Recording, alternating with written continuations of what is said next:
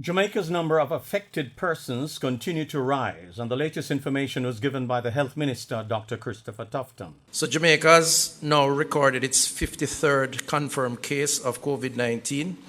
This follows 6 new additions over the last 48 hours. The new cases are a 58-year-old male from Manchester, who is a contact of a confirmed case.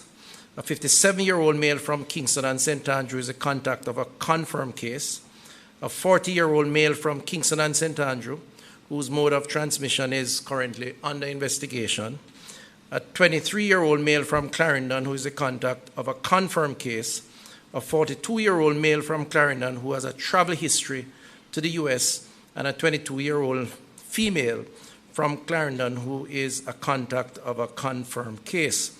Currently, and on the positive side, 5 persons have been released over the last 48 hours following their recovery from COVID-19, which brings the total numbers released to 7 to date. So 7 persons who have gone through the process, been isolated, been treated, have been released. And I actually visited with the 3 released today. Yes, I did.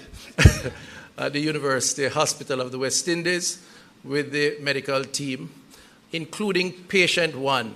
A stop order has been placed on persons who arrived in Jamaica on or after March 18 and have failed to report to the Ministry of Health. According to Prime Minister Andrew Holness, only 460 of the 5,000 have made contact. The police, along with the Ministry of Health, will be going door to door. In fact, they have already started since last week to find such persons. Now, there are those who might say, well, they can't find me because I gave a wrong address.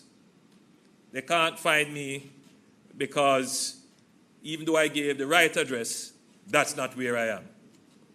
Granted, we may not be able to find you, but you will not be able to leave the island. And we will tighten our dragnet to find you. There is a real risk, and I will speak to that later.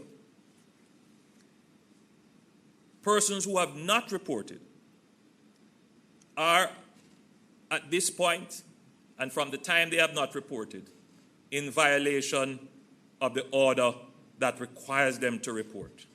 He also announced the extension of the closure of our ports from incoming passenger traffic. We have seen where countries that have allowed mass entry of their nationals and others into their country, having come out of the peak of the epidemic, we're starting to see that their numbers are rising, and they now have to be putting in place control measures for entry. The other consideration is that the countries from which we would get most of our nationals seeking to return home are countries with community spread, but not just community spread, they have exponential rise in their community spread. And therefore, we have to be very concerned about that. So for these and other reasons, we have to keep our borders closed. So we will extend it for a further 14 days. We will review and then make a decision after that. But we also have to consider what protocols we need to put in place to prepare us for what the new normal will look like for re-entry into the country.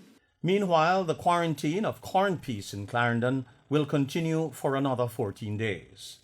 He also announced the immediate closure of gas stations during the curfew hours of 8 p.m. to 6 a.m.